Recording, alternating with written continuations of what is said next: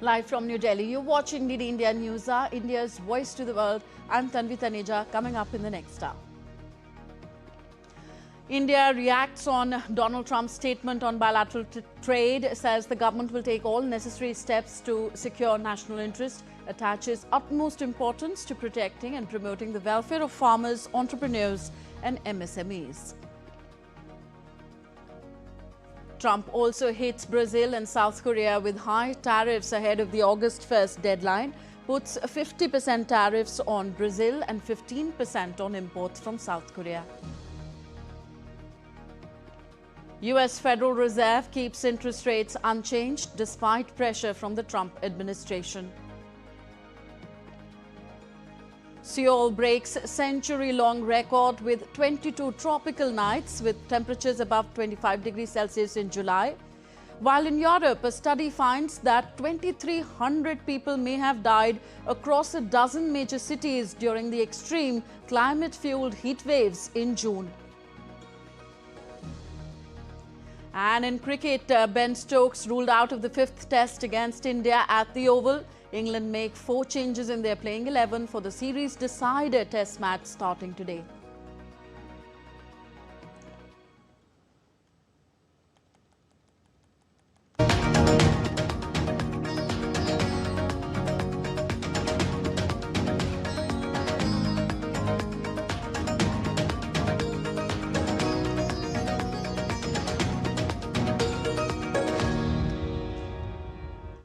So the government of India on Wednesday issued a measured response to US President Donald Trump's tariff announcement. The government said it has taken note of the US President's statement and is studying its implications. According to a statement by the Ministry of Commerce and Industry, India and the US have been engaged in negotiations on concluding a fair, balanced and mutually beneficial bilateral trade agreement over the last few months. They remain committed to do and achieve that objective. The Indian government attaches the utmost importance to protecting and promoting the welfare of the country's farmers, entrepreneurs and MSMEs, that's micro, small and medium enterprises. Further, it was said that India will take all steps necessary to secure national interest, as has been the case with other trade agreements, including the latest comprehensive economic trade agreement with the United Kingdom. Meanwhile, on Wednesday, US President Donald Trump announced to impose a 25% tariff on imports from India starting August 1st. Also, he said that the United States is still negotiating with India on a trade deal.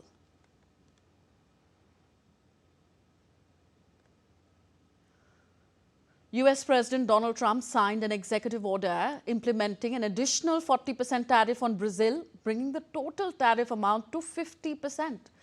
The order said that the tariffs would go into effect 7 days after its signing on Wednesday.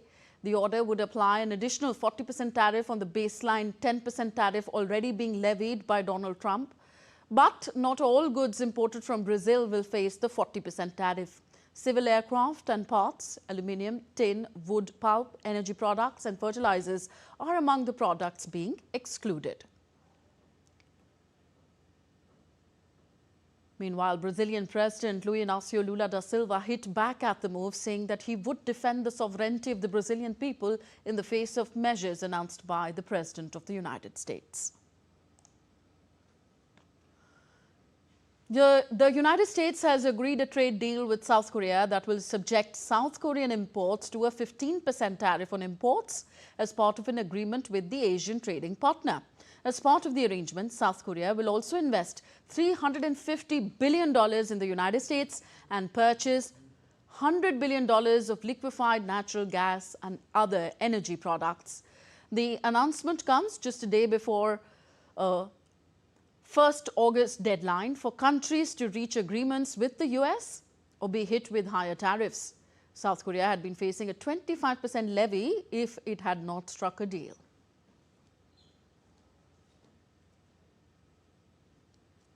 South Korea's presidential office said that the country's trade agreement with the US had pushed down tariffs on Korean automobiles to 15%.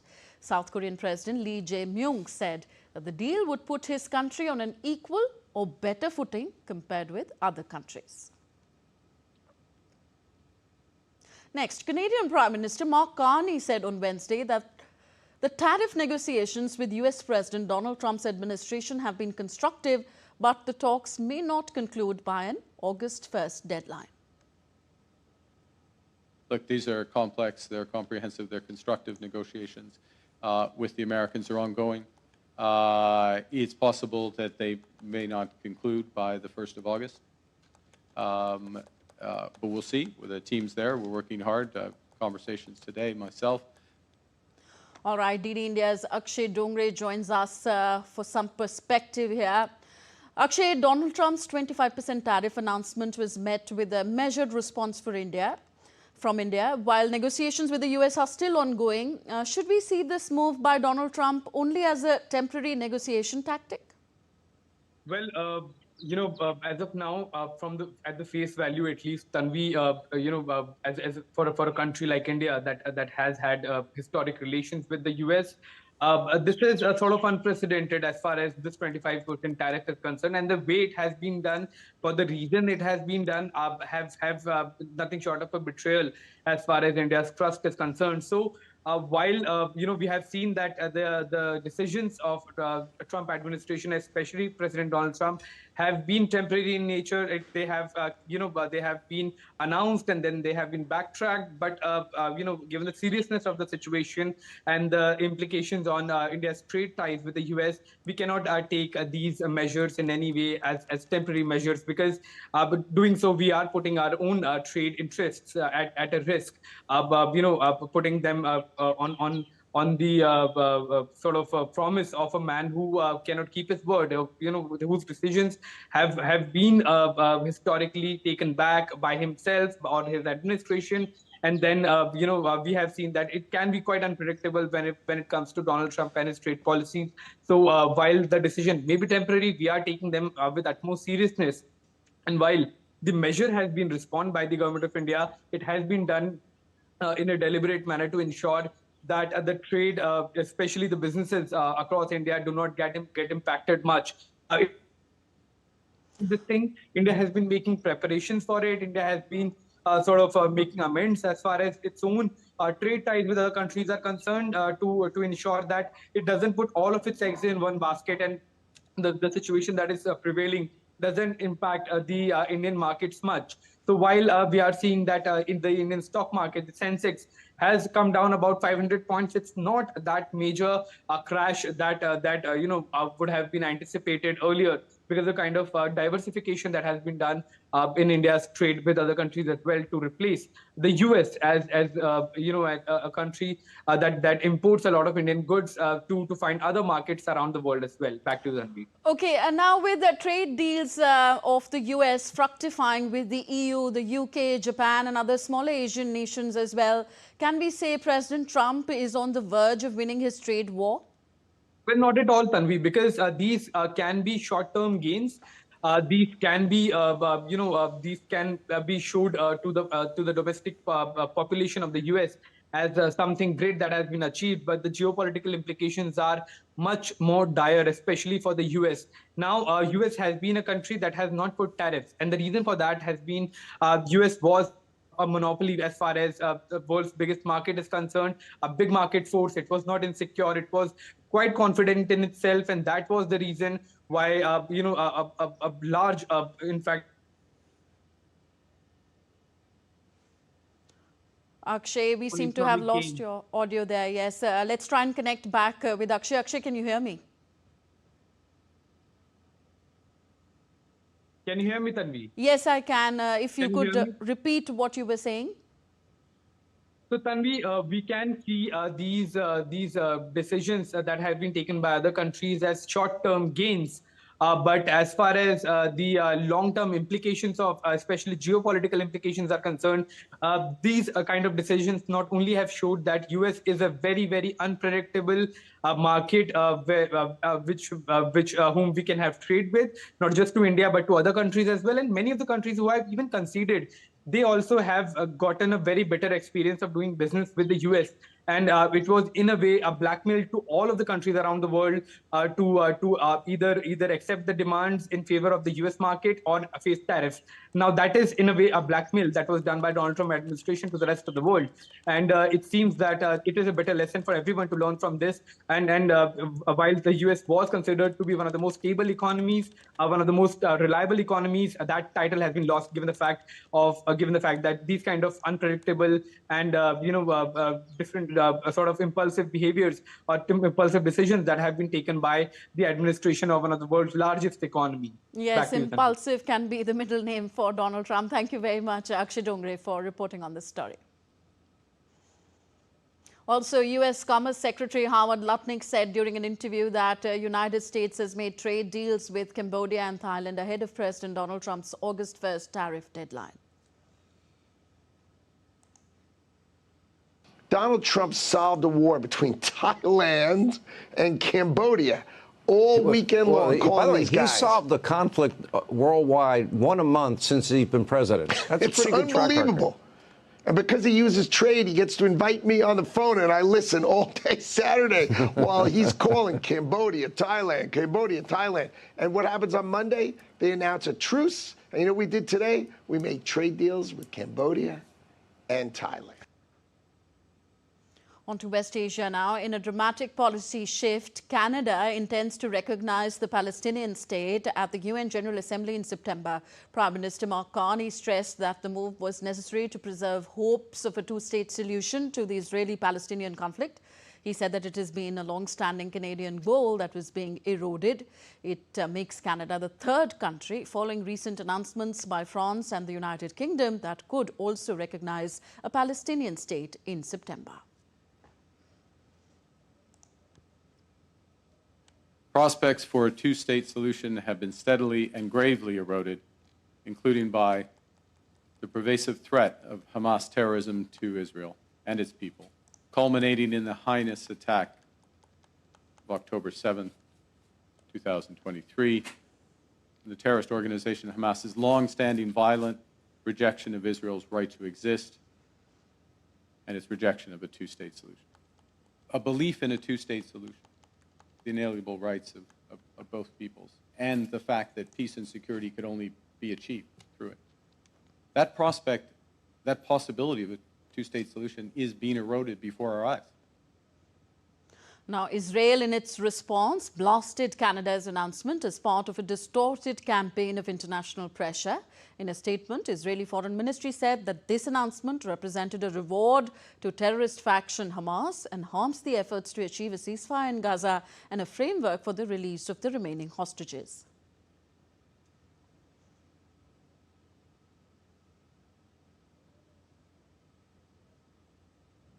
Meanwhile, the Egyptian Ministry of Defense airdropped humanitarian aid over Gaza on Wednesday. 4 military transport planes took off from Egypt carrying tons of food supplies, which were dropped via parachute over areas inaccessible by land. The aid blockade was lifted in May, but with restrictions that Israel says are needed to prevent aid being diverted to militant groups. Israel says it has no aim to starve the people in Gaza. This week, it announced steps to allow more aid, including pausing fighting in some locations, airdropping food and offering more secure routes. Further, U.S. Secretary of State Marco Rubio met Egypt's Foreign Minister Badr Abdelati in Washington, D.C. on Wednesday. In a statement released by the U.S. State Department, the U.S. thanked Egypt for its mediation efforts to secure a ceasefire in Gaza. Abdelati also spoke to U.S. Special Envoy Steve Witkoff in a phone call and discussed intensifying pressure to reach a ceasefire deal in Gaza. Witkoff is set to travel to Israel on Thursday to address the situation in Gaza as mediators, including Cairo, Doha and Washington, push for the truce talks. You're watching DD India News Hour, still to come on this show. France criticizes EU's trade talks with the US. According to the French finance minister, EU's approach lacked vigor and influence in the negotiations. Donald Trump signals a willingness to settle for $500 million settlement with the Harvard University. And scores of flights to and from UK airports were disrupted due to a technical glitch, prompting anger from airline chiefs.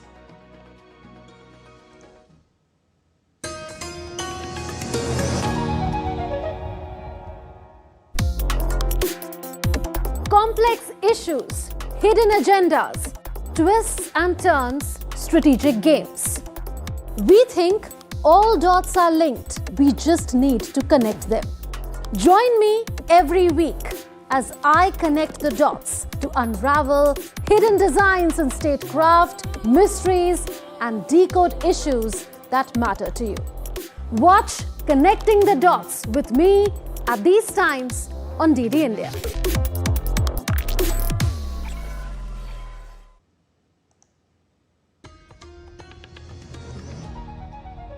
Welcome back. You're watching DD India News. I am Tanvi Taneja. French Finance Minister Eric Lombard has expressed dissatisfaction with the European Union's negotiating strategy with the United States, which resulted in a framework deal imposing 15% tariffs on most EU goods. According to the French Finance Minister, the EU's approach lacked vigour and the bloc failed to wield significant influence in the negotiations. Lombard stated that EU's negotiating method was not energetic or vigorous enough, echoing concerns raised by French President Emmanuel Macron. The French finance minister emphasized the importance of enhancing EU's negotiation abilities to be carrying weight in future trade talks. Although Lombard defended the deal by comparing it to those obtained by other countries, he acknowledged its limitations and the need for clarification on sectoral exemptions. Next, on to the Russia-Ukraine conflict. Ukrainian President Volodymyr Zelensky stated on Wednesday that he had approved key principles for large-scale weapons agreements with the United States. In his evening video address, Zelensky said that these are large-scale agreements which he discussed with President Trump and hoped for their implementation. He added that it would strengthen both the countries' defense. He provided no specifics about the agreement. Zelensky also praised the actions of the US government in resolving the conflict. Також сьогодні основні принципи угод наших з Америкою.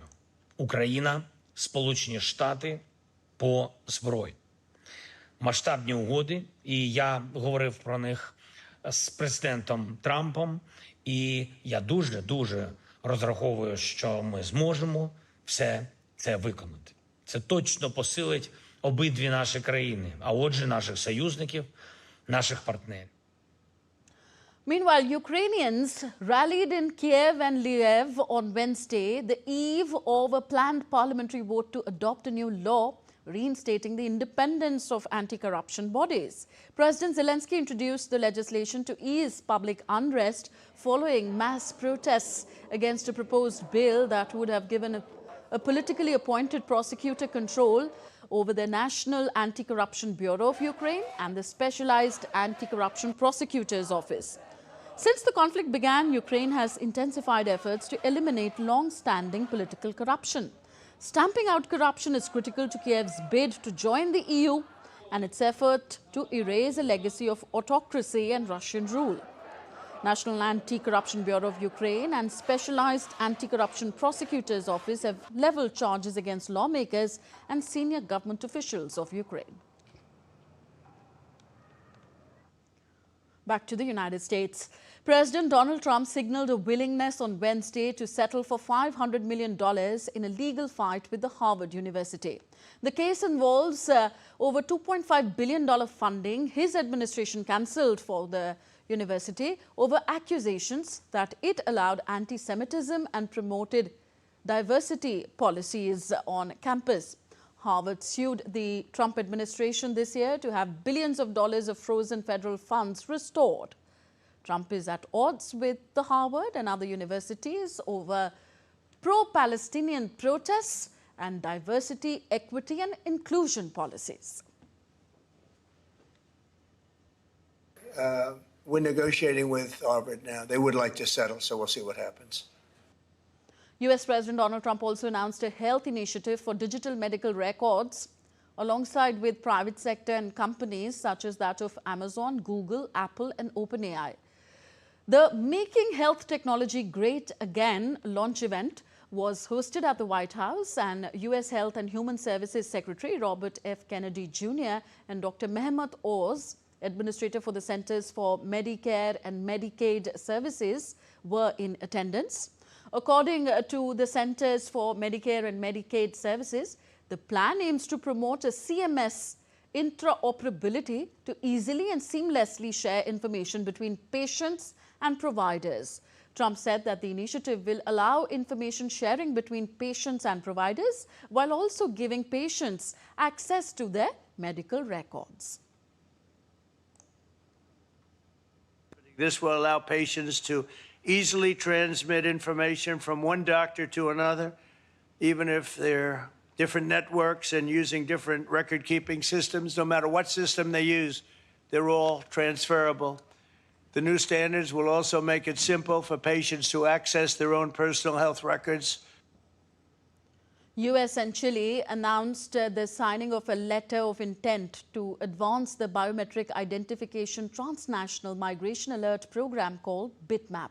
It is a collaboration aimed at enhancing border security and counter-terrorism efforts. BitMap is a host country-led initiative which aims to strengthen law enforcement investigation, border security and counter-terrorism efforts in the US and in partner nations by providing foreign law enforcement with biometric biographic collection capability. During the joint presser with the Chilean Minister of Public Security on Wednesday, US Secretary of Homeland Security Kristi Noem welcomed Chile's commitment to expanding bilateral cooperation, emphasizing the importance of the alliance in addressing regional security challenges.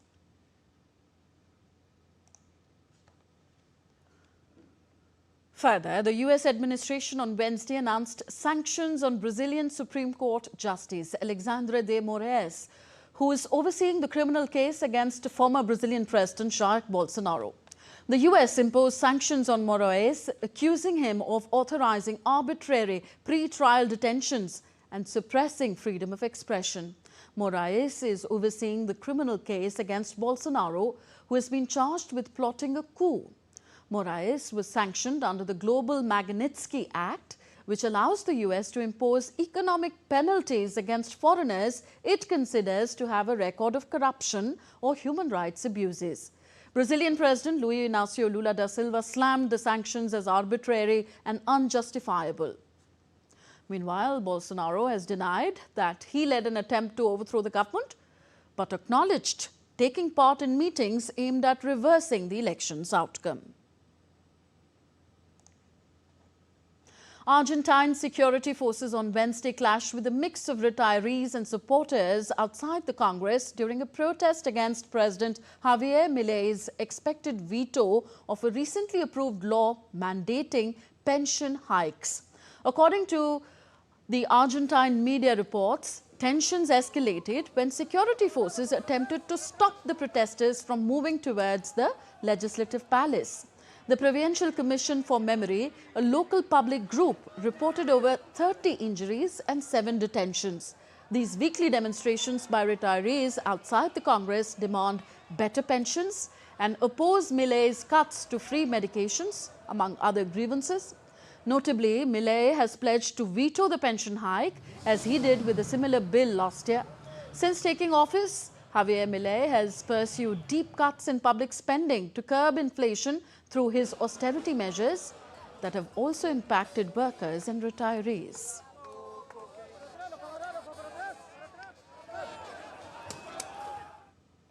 Over 100 Colombian prisoners were released and deported home on Tuesday as part of a plan to return some 1,000 foreign inmates held in Ecuadorian prisons.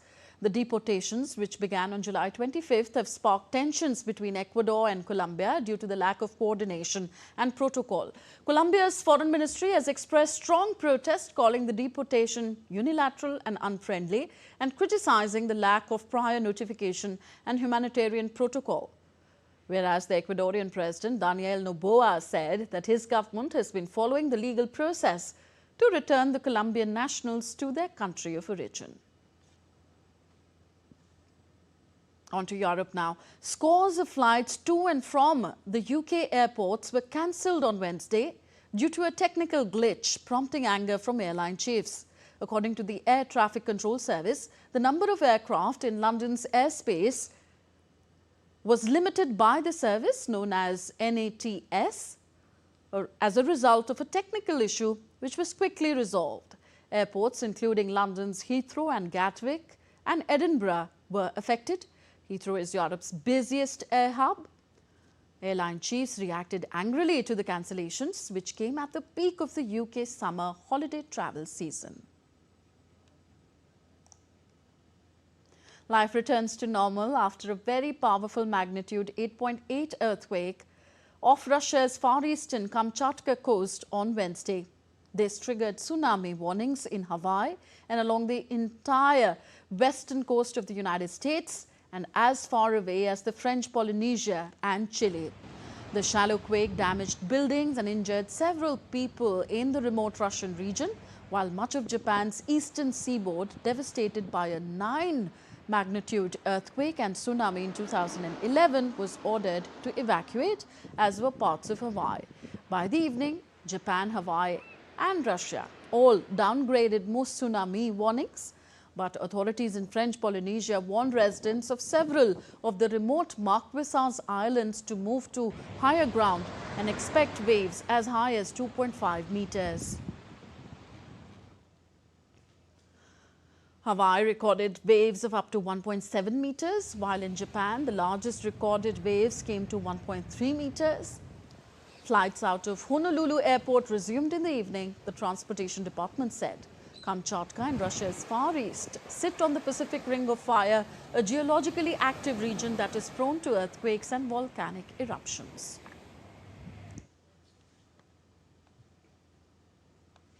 The Kluchevoskoye volcano on Russia's Kamchatka Peninsula began erupting after Wednesday's powerful earthquake in the Pacific. The camera installed at the seismic station of the Kamchatka branch of the Federal Research Center of Geophysical Surveys of the Russian Academy of Sciences captured the start of the eruption. Burning hot lava is flowing down the volcano's western slope, accompanied by a strong glow and explosions. Kluchevoskoye is one of the highest volcanoes in the world and has erupted several times in recent years. Peru's capital Lima restricted access to its coastline on Wednesday, following a tsunami alert triggered by Russia's earthquake. The National Emergency Operations Center warned that a train of waves was expected along the coast in the afternoon. The center also reported that 126 ports were closed along the coast following the alert. The Civil Defense and Disaster Risk Management Deputy Chief sent a message of calm, saying the sea volume was within normal levels. While the coastline of Easter Island, known by locals as Rapa Nui, saw waves of up to 70 centimeters on Wednesday, the National Service for Disaster Prevention and Response said the waves on Easter Island reached a maximum height of 70 centimeters, while waves ranging between 30 and 60 centimeters were recorded in the rest of Chile.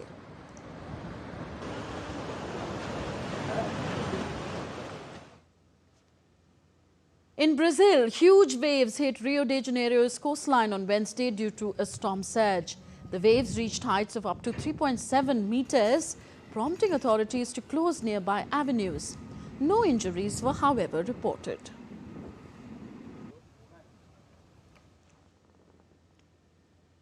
A streak of super hot tropical nights broke a century-old South Korean weather record, according to official data released on Thursday, as the peninsula bakes in a prolonged heat wave.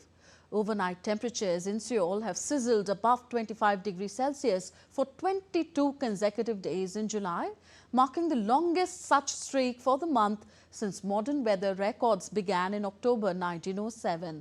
Such evenings are known as tropical nights in South Korea.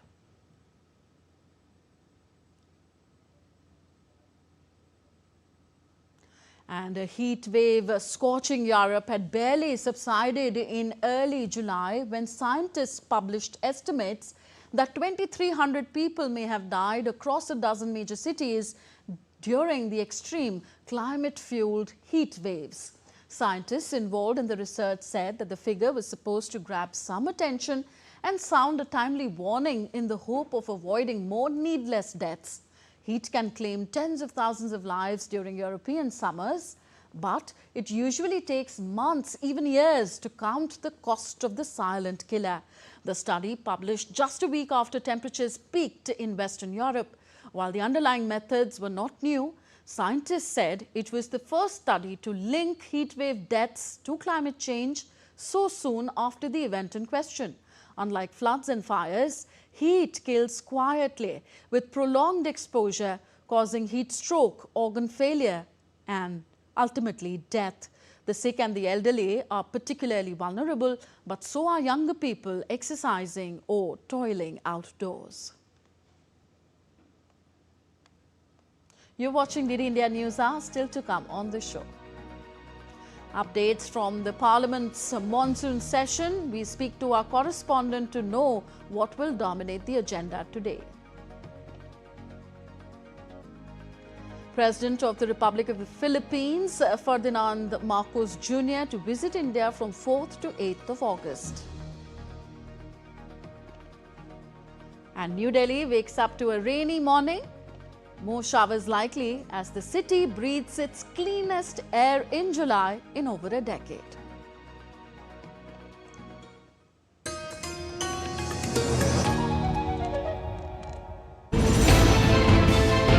Geopolitics and trade deals. Economic challenges amid development. Hard work and the path to prosperity. It's the economy always.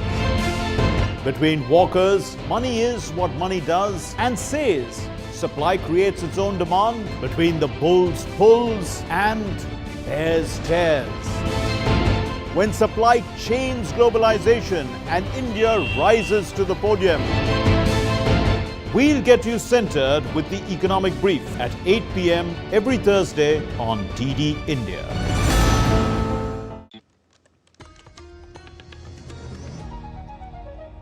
Welcome back. You're watching DD India News Hour. I am Tanvi Taneja. A quick reminder of the headlines we're tracking at this hour. India reacts on Donald Trump's statement on bilateral trade, says the government will take all steps necessary to secure national interest, attaches utmost importance to protecting and promoting the welfare of farmers, entrepreneurs and MSMEs. Donald Trump also hits Brazil and South Korea with high tariffs ahead of the August 1st deadline, puts 50% tariffs on Brazil and 15% on imports from South Korea. US Federal Reserve keeps interest rates unchanged despite pressure from the Trump administration. Seoul breaks century-long record with 22 tropical nights with temperatures above 25 degrees Celsius in July, while in Europe, a study finds that 2,300 people may have died across a dozen major cities during the extreme heat waves in June. And in cricket, Ben Stokes ruled out of the 5th test against India at Oval. England make 4 changes in their playing 11 for the series decider starting today. The monsoon session of Parliament continued on Wednesday with an intense discussion on Operation Sindur, the military operation launched in May this year in response to the Pahalgam terror attack. While the Lok Sabha wrapped up its debate on Tuesday, the focus shifted to the Rajya Sabha on Wednesday, where both diplomacy and defence strategies were at the centre of the narrative. DD India's Dibyendu Mondal reports on the key moments from both the houses. Mananiya Adhyaksh Ji. The monsoon session of Parliament entered a crucial phase as both houses took up an in-depth discussion on Operation Sindur, a significant military operation launched in May to counter cross-border terrorism. While the Lok Sabha concluded its debate on Tuesday, the spotlight was on the Rajya Sabha on Wednesday. Opening the debate in the upper house, External Affairs Minister Dr. S. Shankar laid out India's diplomatic stance during the operation. He underscored that the ceasefire between India and Pakistan was not influenced by any external pressure and reaffirmed that the issue remains strictly bilateral. There was no leader, nobody anywhere in the world who asked India to stop its operations. There was no linkage of trade in any of those conversations, and there was no cause between Prime Minister and President Trump. The Rajya Sabha witnessed a spirited exchange, with opposition leaders trying to corner the government on multiple fronts, from intelligence inputs to operational details and political accountability.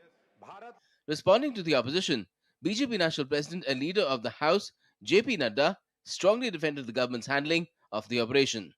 He hailed the Indian Armed Forces for executing the mission with tactical precision and unmatched professionalism. यह जरूर है कि सारी घटना में जो role हमारे जांबाज फौज ने किया, जो रोल हमारे पुलिस ने किया, जो रोल हमारी आर्मी ने किया, उसको देश नमन होकर के उनके प्रति आदर के साथ। लेकिन मैं इस हाउस के माध्यम से देश को यह बताना चाहता हूं कि पॉलिटिकल लीडरशिप बहुत महत्वपूर्ण होती है, क्योंकि फौज को आदेश पॉलिटिकल लीडरशिप देती है, और इसलिए there is a difference between a responsible government, a responsive government, a sensitive government, a proactive government, and a government which responds according to the need of the hour. Home Minister Amit Shah hailed the security forces for the success of Operation Sindur as well as that of Operation Mahadev. 22 मई को हमें सूचना मिल गई थी कि ये जगह पे terrorist locate हैं। 22 जुलाई को इनके लोरा सेट को ट्रैक करने का काम समाप्त हुआ, एग्जैक्ट पिन पॉइंटेड लोकेशन को आइडेंटिफाई किया गया और स्ट्राइक किया गया। तीनों आतंकवादी मारे गए हैं। कोइंसिडेंट देखिए मान्यवर, देश भर से मुझे बहुत एसएमएस आए थे, विशेषकर जो मारे गए थे उनके परिजनों का, इनके सर में गोली मारिएगा, जब भी मारे तब। तीनों के एनकाउंटर के वक्त तीनों के सर में ही गोली लगा है। With more than 16 hours of debate in both the houses, Operation Sindur has emerged as one of the most intensely discussed national security operations in recent memory. The government has clarified that the operation was aimed at neutralizing threats and asserting India's zero-tolerance policy towards terrorism. Clearly, Operation Sindur, though concluded on ground, continues to echo within the walls of India's highest legislature, reflecting the nation's resolve and political accountability. Dibyendu Mondal's report, DD India. Let's now take a look at the agenda of the day in both houses of Indian Parliament. Apart from other legislative businesses, the lower house will take up the two bills: readjustment of representation of scheduled tribes in the assembly constituencies of the state of Goa Bill 2024 and the Merchant Shipping Bill 2024 for consideration and passage. The Carriage of Goods by Sea Bill 2025 will be taken up by the Rajya Sabha, the upper house of Indian Parliament, for consideration and passage. And now let's connect to DD India's Dibyendu Mondal joining us with more updates from the monsoon session of Parliament's proceedings. Dibyendu, first of all, tell us what all is Parliament set to discuss today. Of course, one assumes that the tariff imposition by the US will certainly be raised by the opposition. Well, Tanvi, absolutely. That's going to be one of the key issues that could be raised by the opposition parties in the House, in the lower house, as well as in the upper house. That perhaps could be also one of the reasons that could cause some ruckus in both the houses of Parliament. Although, Tanvi, remember the most important special discussion on Operation Sindur has come to an end yesterday. Both the houses of Parliament are expected to go on with their regular businesses as well as legislative businesses per se, and discuss multiple bills that the government has in the agenda. But as you rightly said, Tanvi, the imposition of tariff by which was announced by US President Donald Trump could see a significant amount of time taken by the opposition parties on the floor of the House. However, there is no confirmation yet from the government side as to if there would be a response from the government on the floor of the House, because it's a parliamentary privilege to let the House know of what the intentions of the government is. And therefore, it is expected that the government could make a statement on the floor of the House. But however, there is no certainty whether it will be today or after a few days after deliberation within the government itself. Is of course, time will only tell. But definitely, as you said, that could be an important issue in both the houses of parliament. Apart from that, Tanvi, as we had also shown just before this, that there are two important bills in the Lok Sabha. One is the readjustment of seats of scheduled tribes in the state of Goa, as well as the merchant shipping bill is likely to be taken up for discussion in the Lok Sabha. While as the passage of goods bill in the Rajya Sabha is expected to be discussed. This is a bill from the Ministry of Shipping, as well as the merchant shipping bill is also a bill that has been introduced in the Parliament by the Shipping Ministry. So therefore, this looks like what the Parliament would look like in terms of its business agenda for today. Okay, we leave it here. Thank you very much, Dibyendu Mondal, for reporting on the story on Parliament.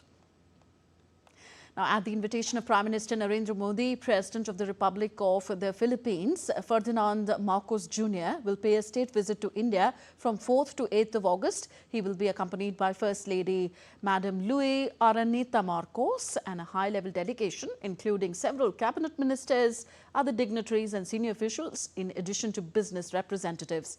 This would be the first visit of President Marcos to India since assumption of the office of the President of the Philippines. During the visit, Prime Minister Modi and President Marcos are scheduled to hold bilateral discussions. President Marcos will also be meeting his Indian counterpart, Draupadi Murmu. Both countries have since developed a strong partnership across a wide spectrum of areas, including trade and investment, defense and security, maritime cooperation, agriculture, healthcare, pharmaceuticals and digital technologies. The two countries will also engage closely at the regional level, including through India's comprehensive strategic partnership with the ASEAN grouping. India's relations with the Philippines are an integral pillar of its Act East policy, Vision Mahasagar and the vision of the Indo-Pacific. Panama's Vice Minister of Foreign Affairs, Carlos Arturo Hoyos, held delegation-level talks in Delhi with Secretary West Tanmay Lal in New Delhi. In a tweet, Ministry of External Affairs said that both sides held useful consultations on UN matters and the fact that India wishes Panama a productive presidency of the UN Security Council in August this year. Hoyos arrived in India on an official visit to promote investments, infrastructure projects and explore the creation of a pharmaceutical hub in Panama. Earlier, Hoyos also met Union Minister of State for External Affairs, Pabitra Margarita, and reviewed progress in bilateral ties. Admiral Dinesh K. Tripathi, Chief of the Naval Staff, called on Defence Minister of Japan, General Nakatani, during the ongoing visit to Japan. The discussions between the two focused on enhancing bilateral defence cooperation, fostering technological and defence industry collaboration, and strengthening training and personnel exchange between the two countries and the navies. The interaction reaffirmed the shared commitment to addressing emerging security challenges and fostering closer bilateral defence ties with Japan. According to the Ministry of Defence, the visit reaffirms the time-tested India-Japan friendship anchored in mutual respect, maritime trust and a shared vision for peace and stability in the Indo-Pacific region. All India Institute of Medical Sciences AIIMS organised Miracle of the Mind with Sadhguru program on Wednesday in New Delhi. Here, renowned spiritual leader Sadhguru interacted with students and experts from the field of medicine, raising awareness about the importance of mental health, consciousness and meditation. Sadhguru said that mental health is not limited to medications or clinical treatments, but is deeply connected to our way of thinking, our lifestyle and our inner consciousness. He described meditation and yoga as effective tools for attaining mental peace. Know about everything in the universe, not about this. The quality of your life is essentially determined by how you are in your body and your mind. Meditation, simple aspects of yoga, our mothers and fathers should teach at home. It should become part of our culture. This is how it was. In the last few generations, we've lost it. My effort is to bring it back to that level. If you want to go into very sophisticated aspects of yoga, you come to me. Simple things your mother should teach, or you should teach your children. We want to make that happen. So right now the goal with Miracle of Mind is we want to touch 3 billion people across the world. So we are making that effort. Please be with us and let's make it happen. 17 years after a powerful blast hit Malegaon in Maharashtra, a special NIA court in Mumbai will pronounce its verdict in the 2008 Malegaon bomb blast case today. The explosion on the night of September 29, 2008 near Bhiku Chowk in Malegaon killed 6 people and left more than 100 injured. A low-intensity bomb fitted to a motorcycle went off near a busy intersection, triggering panic and chaos in the communally sensitive town. The case was transferred to the National Investigative Agency in 2011, which re-registered the offence and conducted further investigations. Since then, multiple charge sheets and supplementary reports have been filed. The trial began in 2018 after charges were formally framed against the 7 accused. The nation is observing Martyrdom Day of Shahid Udham Singh on Thursday. The day commemorates his execution on 31st July 1940. A prominent figure in India's struggle for independence, Udham Singh's life was deeply impacted by the Jallianwala Bagh massacre in 1919. In April 1919, a peaceful gathering in Amritsar was fired upon by British troops, resulting in the deaths of hundreds of unarmed civilians. Udham Singh sought to avenge the killings and assassinated Michael O'Dyer, the former Lieutenant Governor of Punjab, in London in 1940. He was subsequently arrested, tried and executed for the assassination on July 31st, 1940. The day serves as a reminder of Udham Singh's courage, sacrifice and commitment to India's freedom.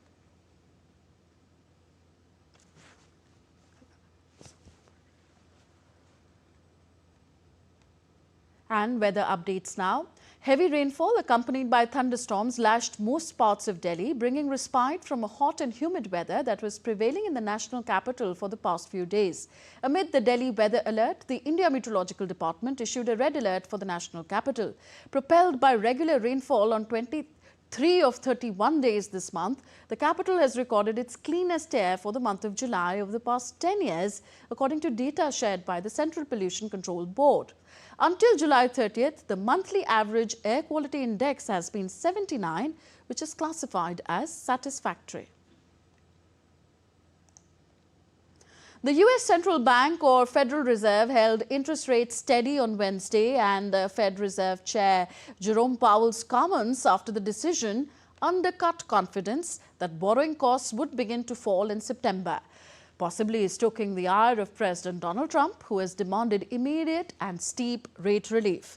Powell said that the Fed is focused on controlling inflation, not on government borrowing or home mortgage costs that Trump wants lowered, and added that the risk of rising price pressures from the administration's trade and other policies remains too high for the central bank to begin loosening its grip until more information is collected.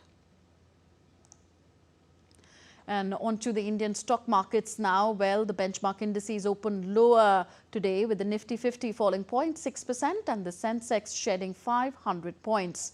These were driven by concerns over a proposed 25% US tariff on imports. However, market experts remain optimistic, suggesting that the tariff's impact will be short-term as India's strong domestic fundamentals provide resilience.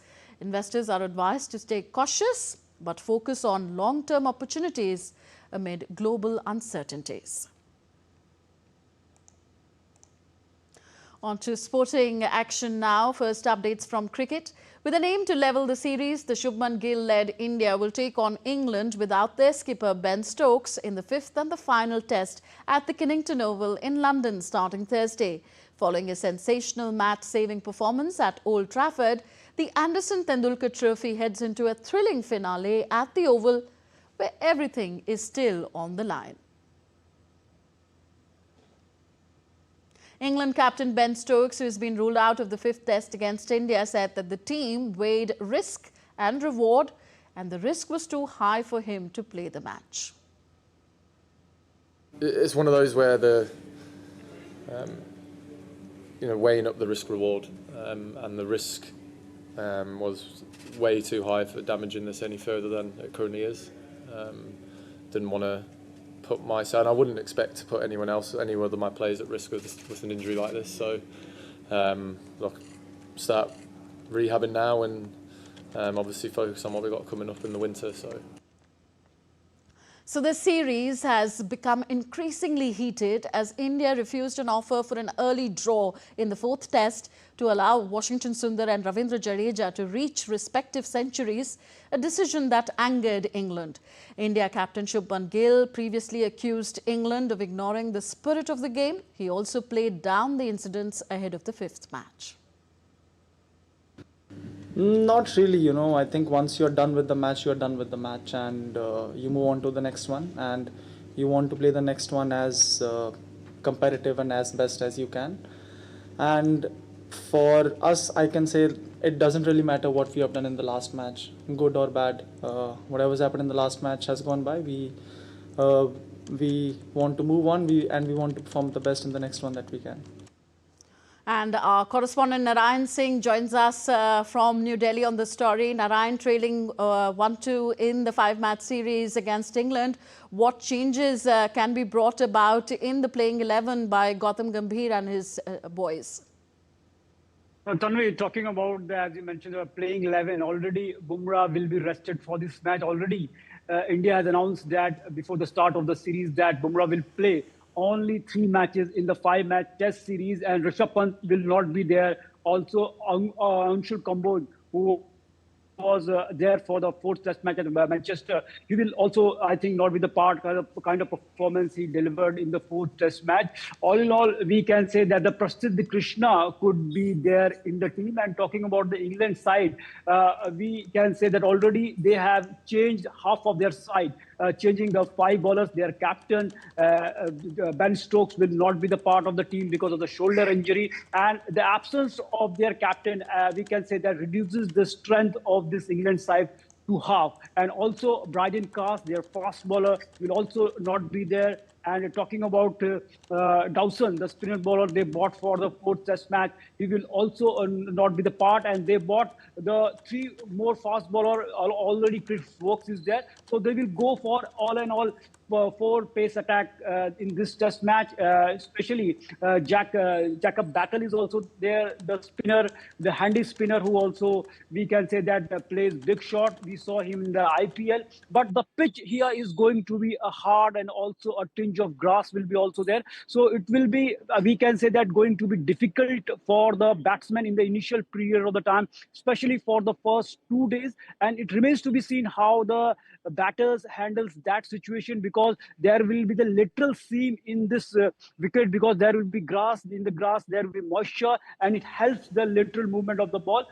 Most importantly, this pitch is different from all the pitches that was used in the past 4 Test matches. Those pitches were the flat, but here it's a green top. So if Bumrah would have been there, definitely the most lethal weapon of the India, the story would have been different. And also we can say in such condition, the bowlers like Akashdeep may be very effective, because they just hit the deck with the seam of the ball. And in such condition, bowler like Akashdeep, Bumrah and Mohammad Shami, who is not a part of this series, may be very, very effective in such situation. But all in all, we can say that India has the stamina, India has the quality, but the battle here is not all about the cricketing skills. Rather than it all goes down to the mental resilience and the mental strength of the team, because in the 4th match we saw both the English batters and the English bowlers, even the Indian players are looking fatigued, we are looking tired. So the team who will be, we can say, the mentally fit, who will be mentally more strong, will dominate this Test match here at the Oval. Okay, Narayan, considering the fifth test match is a win for India, the series will then be tied at 2-2. So in that scenario, who will lift the Tendulkar-Anderson trophy? In that scenario, we can say that the team who wins the previous the previous winner of the trophy, though that team definitely lifts the trophy because the trophy retains with that team who wins the previous series in case of the series went draw. But we know that the conditions here, last time India won a series in England was back in 2007. And after that, India continuously lost the series in England. But the previous series that happened here, India drew that series. And we know that this India team has the capability to once again level the series because the way they played throughout the tournament, if you take a look at the batting charts, the top 4 batters belongs to India. So they have the quality and depends upon how they approach this match. Especially, we can say that the way their captain, Shubman Gill, played, he has scored 722 runs here. And finally, he has a chance to break multiple world records here. Yeah, 5-day mega blockbuster awaits all of us. A lot at stake for India. Thank you very much, Narayan Singh, for reporting on the story. And with that, it's a wrap on this edition of DD India News Hour. Do let us know your thoughts on the news of the day. Connect with us on our different social media handles at DD India Live. And you can also download our DD India mobile app for quick news and updates on the go. We'll be back with more news as it breaks here on DD India. I'm Tanvi Taneja from all of us here in New Delhi. Thanks for watching. Namaskar.